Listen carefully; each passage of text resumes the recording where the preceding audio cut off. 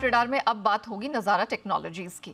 Company के बारे में कुछ डिटेल आपको दे देते हैं। 1999 में शुरू हुई ये company interactive gaming, e sports, gamified early learning ecosystem बनाती है। भारत के साथ साथ कंपनी अफ्रीका और नॉर्थ अमेरिका जैसे इमर्जिंग मार्केट्स में भी मौजूद है।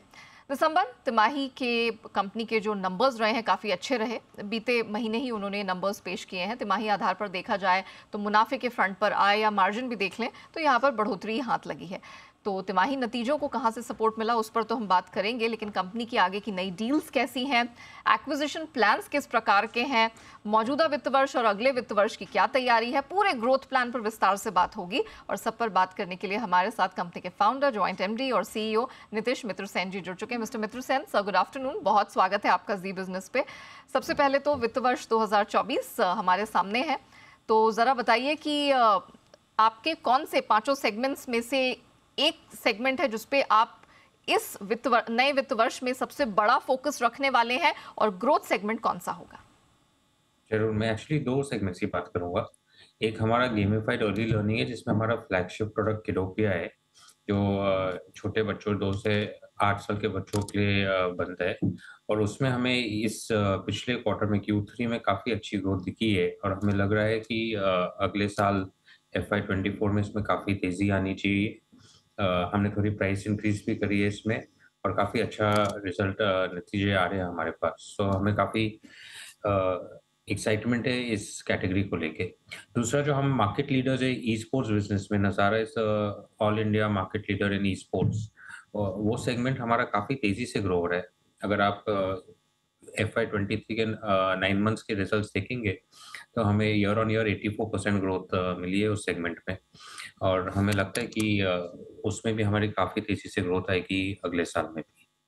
ओके मिस्टर मित्र सेन, आपने अपनी कमेंट्री में जिक्र किया अर्ली लर्निंग स्पेस में कि आपने यहाँ पर कुछ कीमतों में भी वृद्धि की है। इस वित्त वर्ष में कितनी वृद्धि की है और आगे की प्राइसिंग स्ट्रैटेजी क्या है? ज़रूर, हमारा ये प्रोडक्ट काफ़ी यूएस फेसिंग है, तो हमारी प्राइसिंग स्ट्रैटेजी यूएस डॉलर्स में रहती है। हम अभी तक $7.99 चार्ज करते थे। पिछले 2 क्वार्टर्स में हमने इसको बढ़ा के $9.99 कर दिया है, and consumers have accepted that price. So हमारे जो केपीआईज़ है वो काफ़ी स्टेबल है, चर्न रेट स्टेबल है, एक्टिवेशन रेट स्टेबल है, cost per acquisition of user काफ़ी स्टेबल है। तो हमें लगता है कि इसका काफ़ी अच्छा फ़ायदा हमें होना चाहिए आगे के साल में। अभी हाल में ही हमने प्राइस इंक्रीज़ करी है, तो आगे के क्वार्टर्स में FY24 में हम और प्राइस इंक्रीज़ नहीं करेंगे। ये प्राइस इंक्रीज़ को स्टेबलाइज़ करके इसमें से जो फ़ायदा आता है हमें, उसे हम इस्तेमाल करेंगे।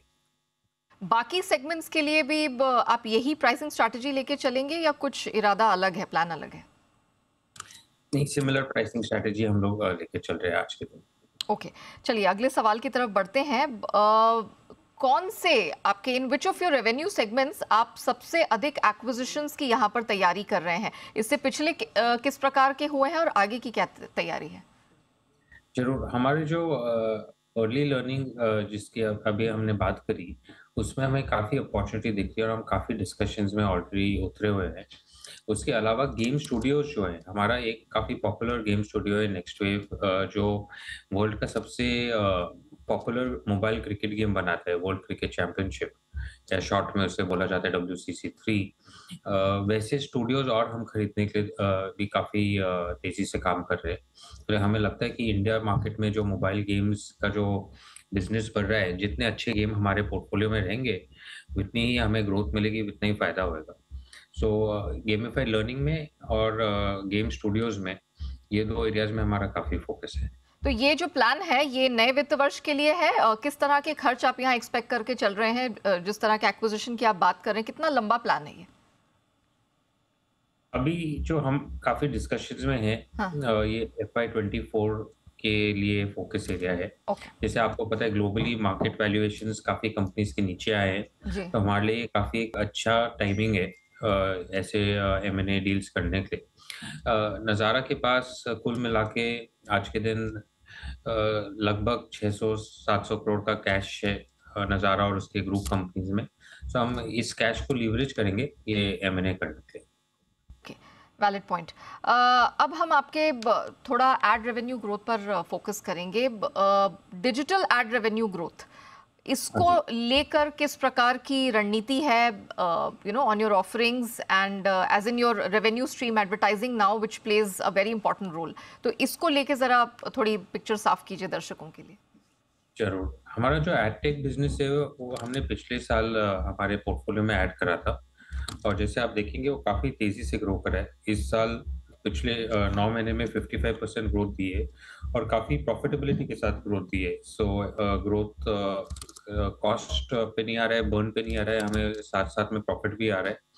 सो उससे हम काफ़ी खुश हैं और ये जो एडवर्टाइज़िंग बिज़नेस है हमारा, इससे हमारे काफ़ी दूसरे बिज़नेसेस को भी फ़ायदा है, कस्टमर एक्विज़िशन में, एडवर्टाइज़िंग, मोनेटाइज़ेशन में। सो हम वो एरियाज़ में भी फ़ोकस कर रहे हैं कि हम बिज़नेस भी करें और हमारे दूसरे पोर्टफ़ोलियो कंपनीज़ को भी इस टेक्नोलॉजी के साथ बेनिफिट दें। ओके। साथ ही मुझे बताइए कि भारत में आपको गेमिंग इंडस्ट्री को लेके किस तरह की सेंस मिल रही है? काफ़ी समय से 28% जीएसटी ऑन ऑनलाइन गेमिंग, इसको लेके बहुत समय से बातचीत चलती रही है। तो ऑल इन ऑल भारत में आपको इसका फ्यूचर किस प्रकार का दिखाई दे रहा है, या अभी भी आपको कुछ लगता है कि कुछ करना बाकी है यहाँ पे? अच्छी बात जो हो रही है गेमिंग इंडस्ट्री को लेके कि आप देख रहे हैं बार-बार कि गवर्नमेंट अभी इस इंडस्ट्री को एक पर्सपेक्टिव से देख रही है, एक रिकॉग्निशन दे रही है। अगर आप देखिए तो जीएसटी काउंसिल इस पे सोच-विचार कर रहा है कि गेमिंग पे किस बेसिस पे जीएसटी एप्लीकेबल होना चाहिए, specially skill based real money gaming पे। जो मिनिस्ट्री ऑफ आईटी है, उन्होंने भी काफ़ी रेगुलेशंस का एक ड्राफ्ट रिलीज़ करा है। और अपना जो बजट अभी हुआ उसमें भी आपने देखा कि ऑनलाइन गेमिंग को लेके टीडीएस रिलेटेड क्लैरिटी काफ़ी थी। तो इससे 2 चीज़ अब दिखती है, एक तो गवर्नमेंट इस इंडस्ट्री को रिकॉग्नाइज़ कर रही है। हम नज़ारा में ये 20 साल से बिज़नेस चला रहे हैं और फाइनली हमें दिख रहा है कि हमें गवर्नमेंट सपोर्ट मिल रहा है और एक रिकॉग्निशन मिल रहा है, वो इंडस्ट्री के लिए बहुत अच्छा है। दूसरी बात ये है कि जो क्लैरिटी इमर्ज हो रही है और होएगी, मुझे लगता है कि इस साल काफ़ी clarity around regulation, around taxation हमारे इंडस्ट्री में क्लैरिटी आनी चाहिए।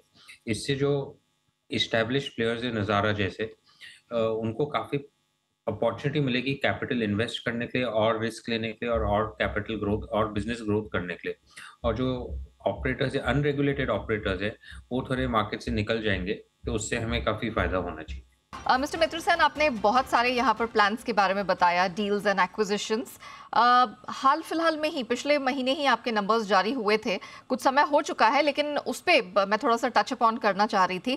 पर्टिकुलरली वैसे तो आपके नंबर्स काफ़ी अच्छे रहे हैं, मार्जिन के फ्रंट पर अगर बात की जाए, डबल डिजिट ग्रोथ वहाँ पर देखने को मिली है।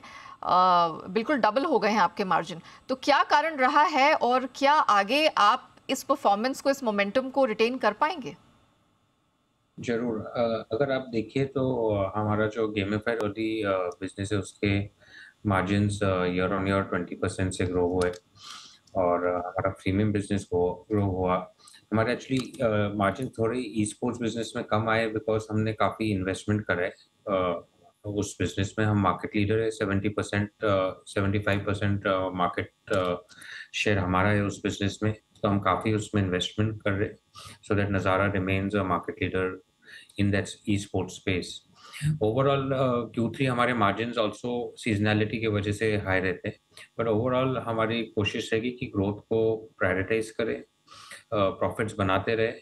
बट जहाँ आज के दिन हमारी अपॉर्च्युनिटीज़ है, स्केल करना, ग्रोथ करना, कॉम्पिटिटिव बैरियर्स बनाना, वो काफ़ी हमारे लिए इम्पोर्टेंट है और हमारे काफ़ी फ़ोकस उस पे है और मार्जिन पे कम फ़ोकस है आज के दिन। ओके। एक आखिरी सवाल मिस्टर मित्र सेन, हमने देखा स्किल बेस्ड आरएमजी, इसका जो योगदान है आपके ओवरऑल आय में, टोटल रेवेन्यू में, वो 5% के आसपास का है। तो अगले वित्त वर्ष के अंत तक क्या लगता है, किस तरह से इसका शेयर बढ़ाने का इरादा है अब? ज़रूर, जो स्किल बेस्ड गेमिंग है उसमें अपॉर्च्युनिटी बहुत लार्ज है और नज़ारा एक थोड़ा वो कंज़र्वेटिव प्लेयर रहा है वो वाले सेक्टर में बिकॉज़ थोड़ा रेगुलेटरी और टैक्सेशन क्लैरिटी कम थी। जैसे क्लैरिटी बढ़ती जा रही है, गवर्नमेंट काफ़ी स्टेप्स ले रही है, हम भी इसमें काफ़ी अग्रेसिवली इन्वेस्ट करेंगे और मेरी आशा है कि अगले साल ये 5% से बढ़ के एटलीस्ट 7, 8, 10% तक पहुँच सकता है। Okay Nitish ji, thank you so much अपना समय देने के लिए और कंपनी के बारे में, पूरी इंडस्ट्री के बारे में और अपने ग्रोथ प्लान्स को लेकर पूरी डिटेल दर्शकों के सामने रखने के लिए आपका बहुत बहुत धन्यवाद। चलिए इसी के साथ कॉर्पोरेट रडार को हम यहीं रैप अप करते हैं, लेकिन जी बिजनेस पे खबरों का सिलसिला आगे भी जारी रहेगा। बने रहिए, देखते रहिए जी बिजनेस।